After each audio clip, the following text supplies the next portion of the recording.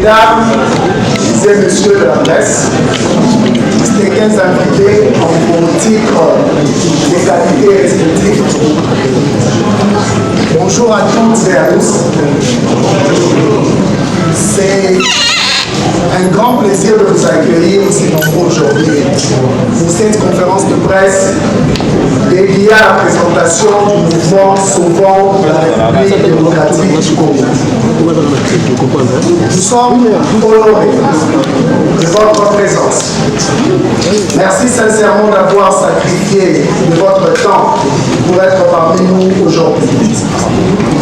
Nous espérons que cette journée sera enrichissante et productive pour la lutte et pour la démocratie dans notre pays.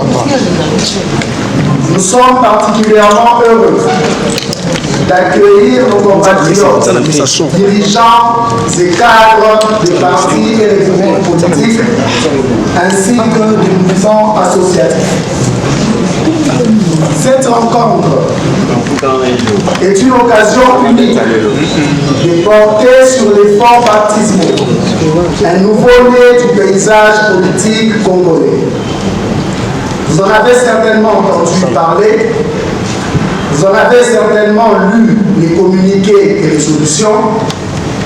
Aujourd'hui, nous avons tenu à vous restituer et à travers vous, à restituer à la nation le contenu des débats qui ont eu lieu dernièrement à Nairobi et qui ont conduit à la création de cette nouvelle dynamique qui se veut réellement dynamique, engagée et déterminée. Nous espérons que les informations et les échanges qui s'en suivront seront fructueux et que cette journée apportera à notre pays de nouvelles perspectives. Mesdames, messieurs de la presse, vous vous poserez certainement ce jour deux questions fondamentales. Qu'est-ce que le mouvement Sauvons la RDC? Pourquoi le mouvement Sauvons la RDC? Sauvons la RDC n'est ni un parti politique, ni une organisation de la société civile. Il s'agit d'un mouvement citoyen, politique, démocratique et patriotique, né d'une urgence nationale et porté par des patriotes et démocrates congolais issus des divers horizons politiques, sociaux, intellectuels. Réunis lors du conclave historique du 14 au 15 octobre à Nairobi, capitale de la République sœur du Kenya.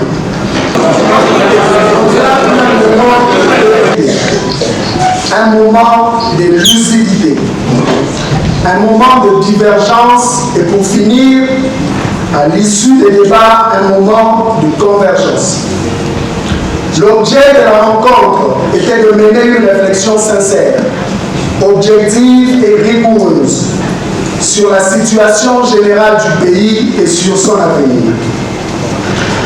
Pour y arriver, l'ordre du jour comportait 3 points. L'état des lieux du pays, les réponses apportées par le gouvernement et l'opposition à la situation actuelle du pays, les propositions innovantes et efficaces des participants sur la sortie de crise. La rencontre était ouverte à tous les partis ou plateformes politiques de l'opposition et aux associations membres de la société civile. Ceux disponibles y ont pris part, tandis que d'autres, victimes d'empêchements divers, n'ont pas pu faire le déplacement et ont reçu les actes du conclave leur transmis à la clôture de celui-ci.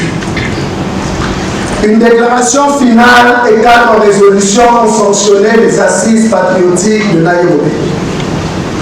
Globalement, les participants au conclave ont posé un diagnostic sans complaisance. La République démocratique du Congo est en crise.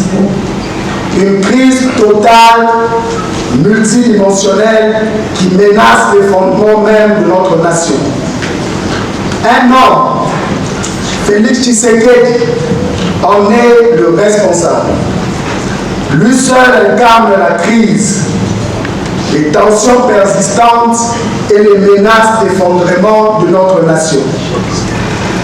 Sur le plan politique, notre pays fait face à une crise de légitimité et de légalité.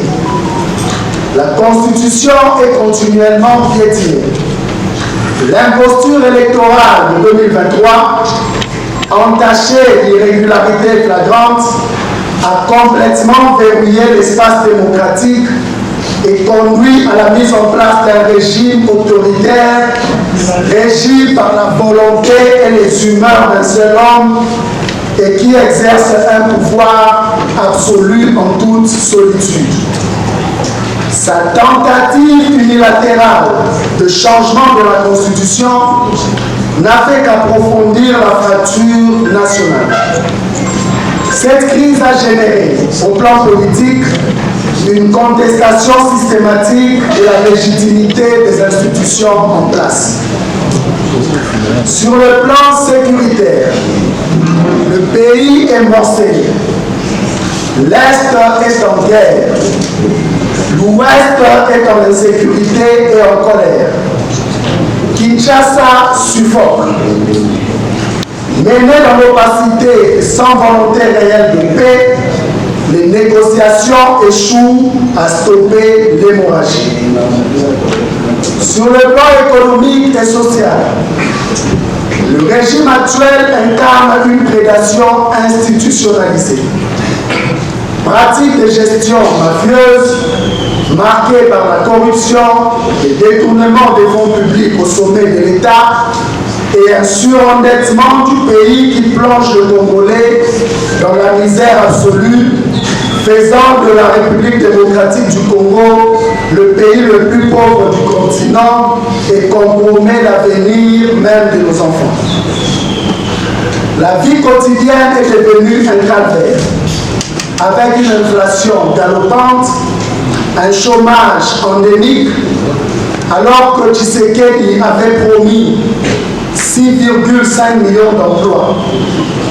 Le pays sombre chaque jour dans les embouteillages paralysants, des pénuries d'eau et d'électricité qui ne meuvent personne. Le peuple congolais est abandonné, humilié, épuisé.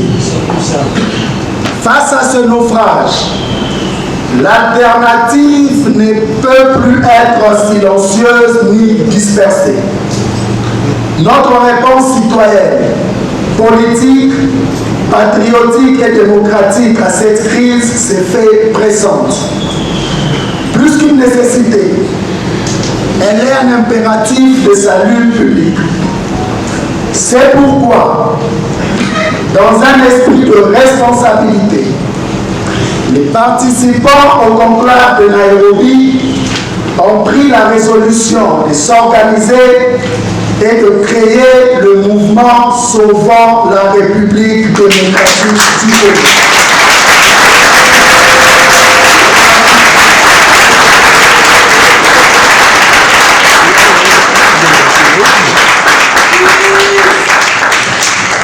Notre objectif est clair, ferme et sans équivoque. Mettre fin à la tyrannie,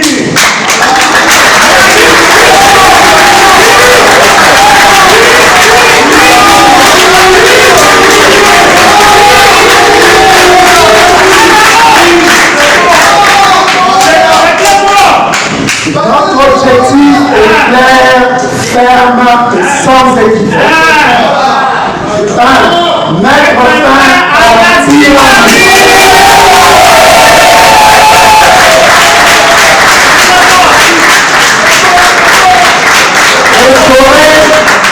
Restaurer l'autorité de l'État sur l'ensemble du territoire national.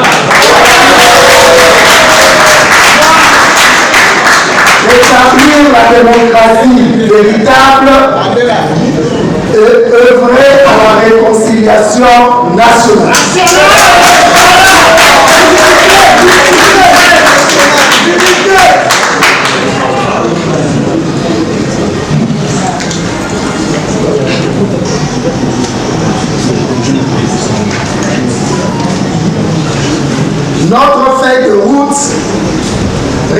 sur deux piliers fondamentaux.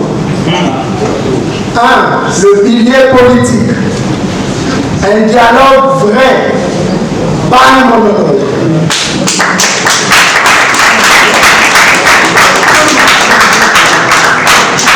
Face à la crise, sauvons la RDC, joint sa voix à celle des autres organisations sociopolitiques pour exiger la tenue sans délai d'un dialogue inclusif, sincère et sans tabou sous l'égide de la CENCO et de l'ECC.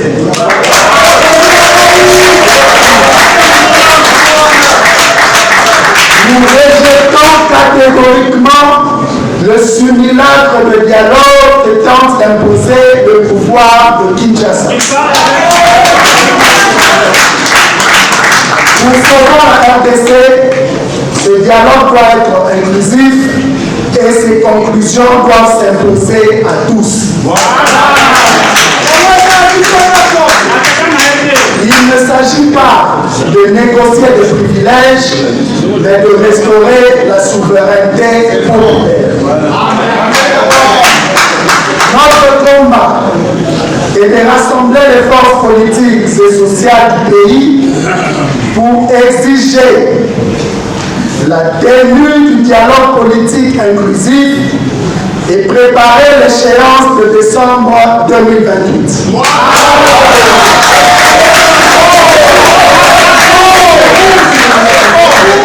Laquelle passe par des élections dans le respect des délais constitutionnels et